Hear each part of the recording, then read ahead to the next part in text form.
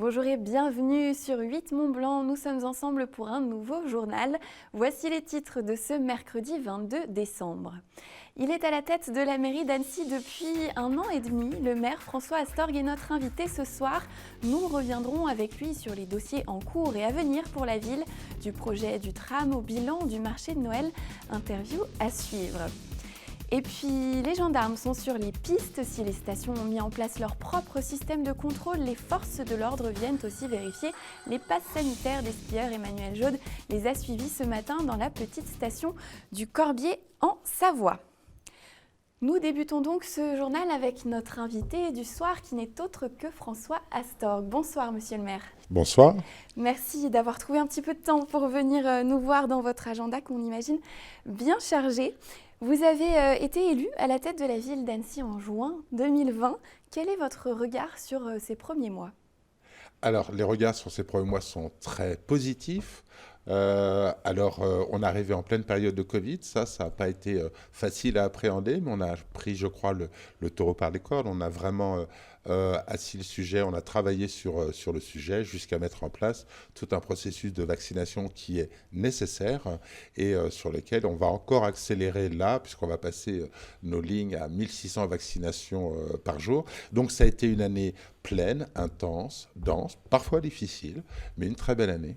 Est-ce que vous vous attendiez à ça personnellement en endossant ce rôle de maire ? Alors vous savez, pour être très franc avec vous, quand on arrive, on se dit, bon, on est heureux d'être élu, et puis on se rend compte qu'en fait, c'est une machine, c'est une très très grosse machine, qu'il y a beaucoup de choses à apprendre. D'ailleurs, je continue à apprendre aussi. Mon équipe aussi continue à apprendre. On a bien appris, on a bien avancé. Donc des fois, on retrouve des difficultés, mais dans le fond, ça fait partie du jeu. Mais on continue. Mais ce n'est jamais exactement ce que vous pensez en amont. C'est la première fois que les communes sont réunies autour d'une commune nouvelle. Et donc, voilà, il y a beaucoup de choses à mettre en place. Il faut finir la fusion qui avait été lancée par l'exécutif précédent. Donc, il y a beaucoup de travail et on met en place beaucoup d'actions pour réussir ce défi de la commune nouvelle.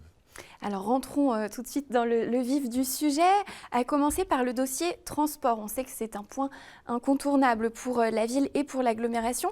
Il y a eu plusieurs rebondissements, notamment dans ce sujet du tram et ou du bus à haut niveau de service. Si on revient un petit peu en arrière déjà, pourquoi ce projet a été initié ? Quel est un petit peu l'intérêt de ce projet ? Alors l'intérêt de ce projet, c'est de réellement de mettre en place un projet de transport en commun qui permet de répondre à la fois au déplacement de toute la population du bassin annécien. Donc il y a le Grand Annecy, mais ça va au-delà, c'est 320 000 personnes. Et aujourd'hui, on sature avec la voiture. Donc il faut non pas complètement arrêter la voiture, mais il faut remettre la voiture à sa place. Mais il faut surtout proposer aux Annéciens et tous les habitants du bassin une alternative de transport. Donc l'idée, c'est de mettre en place ce qu'on appelle un transport en mode lourd. Et aujourd'hui, le scénario qui a été retenu, c'est un mixte tram, BHNS. Qu'est-ce que ça veut dire ? BHNS, c'est bus à haut niveau de service. Et puis un tram, tout le monde connaît le tramway. Donc le scénario qui a été retenu est un scénario que l'on voit dans beaucoup de villes, que ce soit à Strasbourg, Grenoble, Lyon ou Besançon, qui ont un mix tram et bus. Une chose sur laquelle tout le monde a été d'accord, c'est qu'il faut qu'on fasse un transport en site propre intégral. Ça veut dire qu'il faut mettre en place les conditions nécessaires pour que quelqu'un qui est dans une voiture, parce qu'il n'a pas d'autre choix, aujourd'hui par exemple, qu'il voit passer un transport en commun qui aille plus vite que lui. Si le service offert est bien supérieur à celui de la voiture dans certains endroits, et ça ne le sera pas partout, eh bien dans ces cas-là, on va faire en sorte que les gens puissent quitter leur voiture en leur offrant de nouveaux services. Et aujourd'hui, c'est le tram et le bus au niveau de service qui a été retenu. Vous aviez, vous penchiez plutôt pour le tram. Frédéric Lardet, présidente de l'agglomération, était plutôt pour le bus à haut niveau de service. Est-ce que ce dossier vous a un petit peu divisé ? Alors, vous savez, ces dossiers, il suffit de regarder l'histoire dans toutes les agglomérations, dans les métropoles.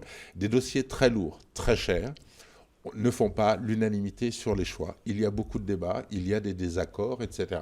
On est d'accord sur le transport en site propre intégral, ça c'est l'essentiel. Et après, évidemment, avec Frédéric, elle pense que le bus est plus à même de répondre aux besoins. Moi, je pense que le tram, et pour une raison très simple. La raison très simple, c'est qu'aujourd'hui, notre ville continue à à grandir, il y a du monde qui arrive encore, il va falloir densifier la ville. Et aujourd'hui, je crois que le tram, et j'en suis même convaincu, est l'outil, l'équipement qui permet de mieux répondre à l'évolution des 10, 20, 30, 40, 50 ans. Parce que de quoi on parle? Là, on se projette dans l'avenir avec des budgets qui sont colossaux et on se projette à plusieurs dizaines d'années. Donc, la suite de l'épisode, ce sera au mois de janvier. Alors, vous n'avez pas tout à fait répondu à ma question, mais plus Est-ce que largement… ça nous divise? Nous ne sommes pas voilà. d'accord sur ce sujet, mais ça ne nous divise pas. Est-ce que la cohabitation, en tout cas entre l'équipe de la ville, si on prend un petit peu plus de largeur hein, sur différents sujets, est-ce que cette cohabitation entre la ville et l'agglomération se passe bien aujourd'hui? Sur les dossiers, oui, ça se passe bien. En fait, il y a des débats des fois qui sont un peu difficiles sur des questions politiques. Mais sur le projet, on est d'accord sur le projet. Ce qui est important, c'est qu'on puisse continuer à travailler sur le projet. Et un des meilleurs exemples, c'est ce qu'on a vu l'été dernier. L'été dernier, on a vu avec toute l'équipe du Grand Annecy et aussi des gens de la ville, on a mis en place Mobilité, qui va se transformer cette année en Mobiliver, ce qui est piloté principalement par Didier Sarda, mais aussi toute l'équipe de Mobilité, avec Sandrine Daglio, Jean-Louis Toé et moi-même. Et on voit qu'on a eu des résultats excellents. On a transporté jusqu'à 5 fois plus de personnes. Donc, vous savez, en politique, il peut y avoir des désaccords. Ce qui est important, c'est d'avoir la capacité à gérer ces désaccords et qu'on continue à répondre au projet. Et moi, mon objectif, c'est de me battre pour ça.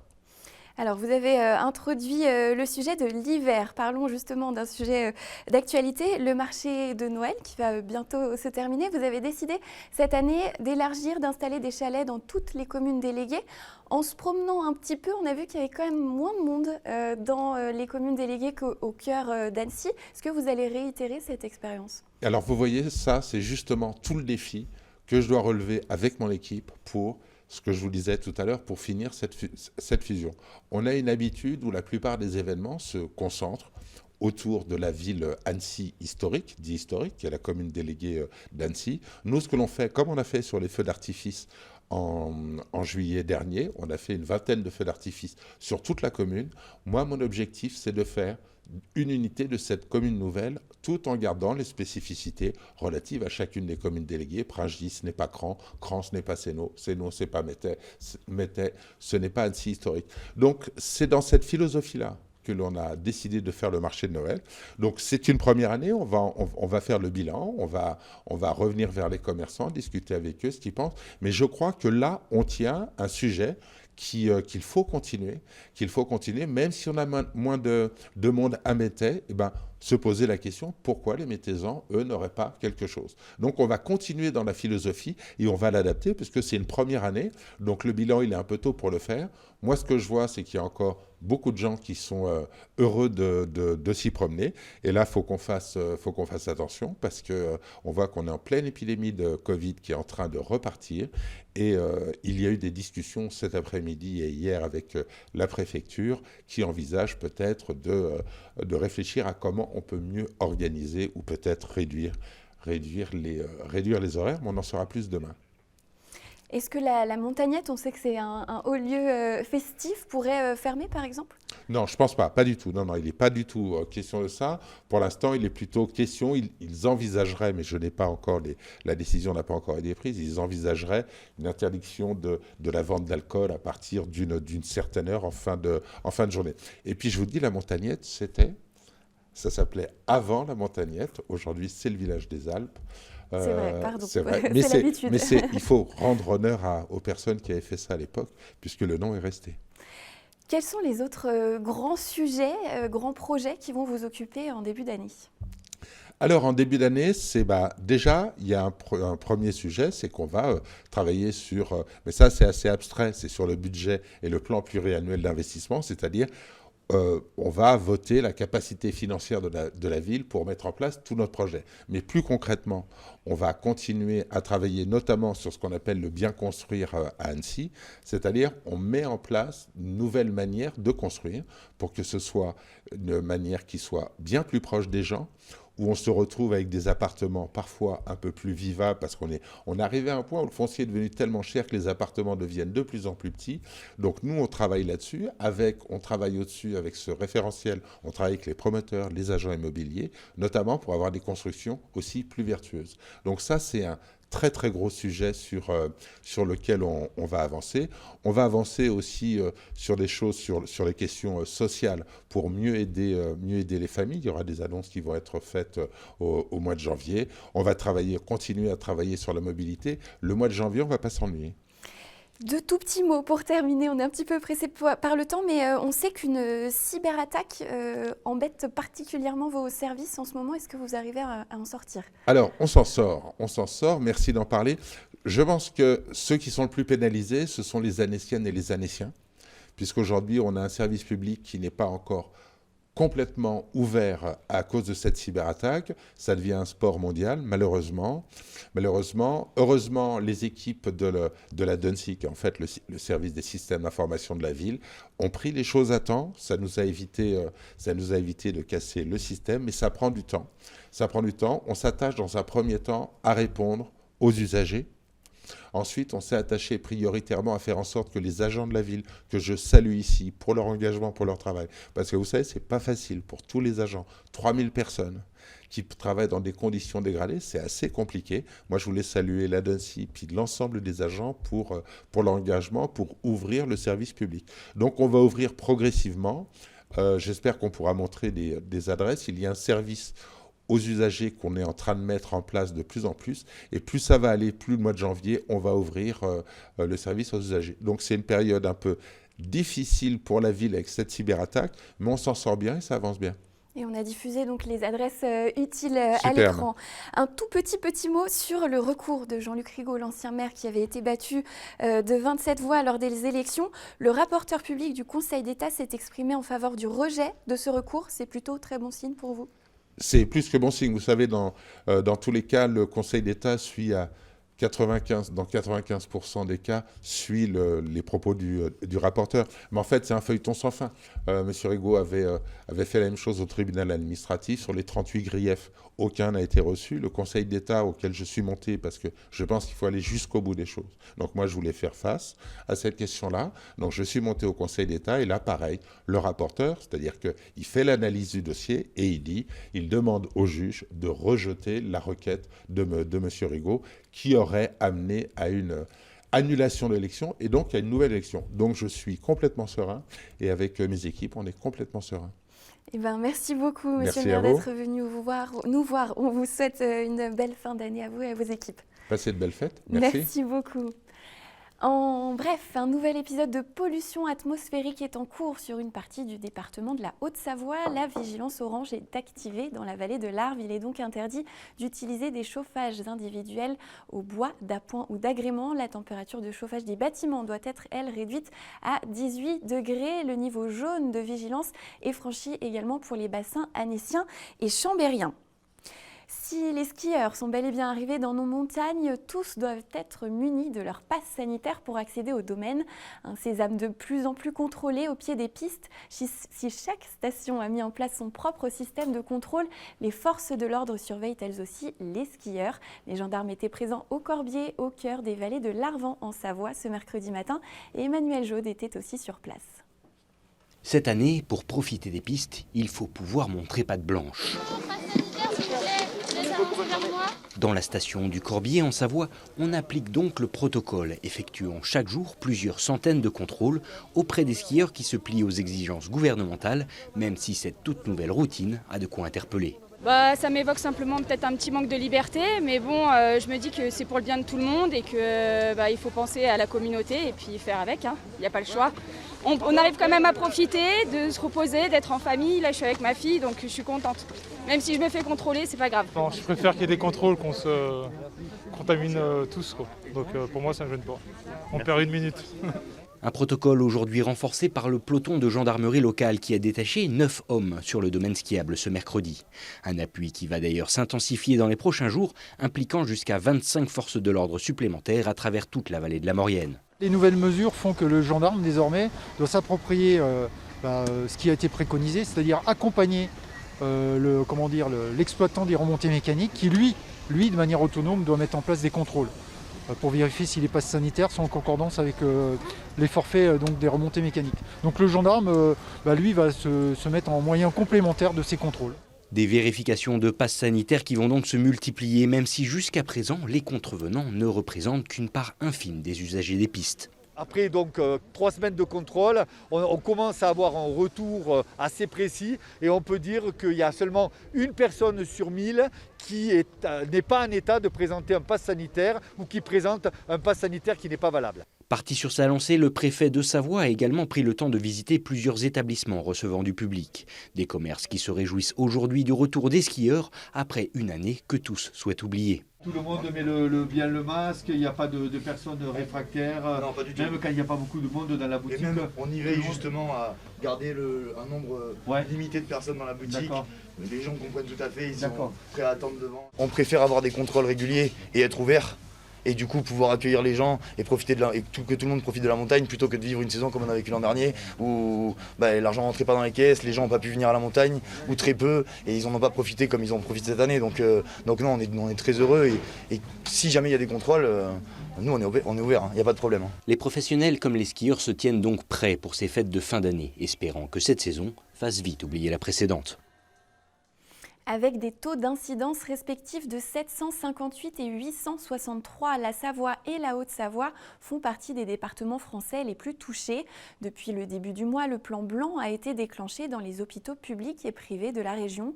Ce dispositif prévoit la déprogrammation d'opérations non urgentes et il met à nouveau à rude épreuve les personnels soignants. Aux hôpitaux du Mont-Blanc à Sallanches, 8 patients sont hospitalisés pour Covid, 2 sont en soins critiques. Sébastien Germain a contacté Jean-Rémy Richard, le directeur de l'établissement. On l'écoute. Le nombre de patients touchés par le Covid poursuit sa progression aux hôpitaux du Pays du Mont-Blanc. Et donc, nous accueillons régulièrement 1, 2, 3, 4 patients par jour qui sont touchés par le Covid. On est sur un trend qui va clairement en augmentation sur le territoire. Ça, c'est évident, avec quand même un profil de patient qu'il faut noter, qu'il faut caractériser, puisqu'on a essentiellement des patients non vaccinés qui sont accueillis dans nos lits, d'où l'importance de faire passer les messages de santé publique et l'importance de penser à la 3e dose. Mais c'est ces patients non vaccinés qu'on est amené à prendre en charge dans nos lits d'hospitalisation. Et puis à côté du Covid, il y a ce qu'on appelle aux hôpitaux du Pays du Mont-Blanc la haute saison, c'est-à-dire des patients qui viennent pour traumatologie, la traumatologie du skieur principalement, mais également d'autres pathologies qui sont liées au tourisme, parce que les touristes emmènent leur pathologie avec eux, heureusement. Et donc, nous sommes amenés à prendre en charge d'autres pathologies, ce qui, du coup, nous fait voir une double augmentation d'activité, et sur le volet du Covid, et sur le volet de la traumatologie hivernale. La période de fête de fin d'année, elle n'est jamais simple, elle est toujours anticipée, elle est toujours redoutée aux hôpitaux du Pays du Mont-Blanc, parce qu'on sait que la population locale explose sur le territoire, on explose le nombre d'habitants, donc c'est toujours redouté, mais ça l'est particulièrement cette année, avec les chiffres de Covid, sur lesquels on est très vigilant évidemment. Ces chiffres s'ajoutent à un contexte où la population soignante est assez fatiguée, qui plus est, puisqu'on a enchaîné les vagues Covid sans vraiment s'arrêter. Donc on est très vigilant quant à la situation. On est très vigilant pour ouvrir davantage de lits pour prendre en charge des patients Covid, tout en essayant de consacrer des ressources à la prise en charge de la traumatologie, donc de pouvoir faire les deux en même temps. On a des équipes qui tiennent le coup, mais force est de constater qu'on a une certaine lassitude, une certaine fatigue qui s'installe au sein de nos établissements de santé. On doit faire face à des difficultés de personnel. Vous le savez, on a un établissement dynamique qui recrute pas mal. Ça, c'est évident, qui recrute beaucoup en haute saison, mais comme partout ailleurs, on a des difficultés de personnel sur les grades infirmiers, aides-soignants encore, et puis certains métiers médicaux en particulier. Donc, on a ces difficultés-là sur lesquelles on travaille, et il faut tenir compte de ces difficultés lorsqu'on calibre finalement notre nombre de lits pour la haute saison. Et on est en phase là, de mise en œuvre, puisque pour les patients mineurs qui ont des comorbidités ou qui sont suivis par l'hôpital, eh bien, on propose quasi systématiquement maintenant la vaccination, parce que c'est important, c'est un enjeu de santé publique. Voilà. S'agissant des mineurs, on sait aussi qu'on a pas mal d'épidémies actuellement, notamment la bronchiolite, donc un message de vigilance, encore une fois, sur les gestes barrières et sur l'intérêt de la vaccination. Moi, je suis très scientifique, donc si la Haute Autorité de Santé le dit, c'est qu'il faut le faire. Quelques mots de sport avant de refermer ce journal. En ski, Tessa Worley, deuxième temps de la première manche, a finalement terminé à la 4e place ce mercredi à Courchevel lors du 2e géant en 2 jours. La Suédoise Sara Hector remporte la course devant Michaela Schifrin et Marta Bassino. Et puis en basket, la SMB annonce ce soir le report de ses 2 prochains matchs. L'équipe devait affronter Denain ce 23 décembre et Saint-Quentin le 27. 6 basketteurs sont touchés par le Covid. Les dates de report ne sont pas encore connues. Et c'est la fin de ce journal. Merci de l'avoir suivi. Merci à toute l'équipe. Dans un instant, vous retrouvez la météo et puis le 3e épisode de votre panorama dédié au vin de Savoie. Je vous retrouve demain pour un nouveau journal. D'ici là, prenez bien soin de vous. Bonne soirée sur notre antenne.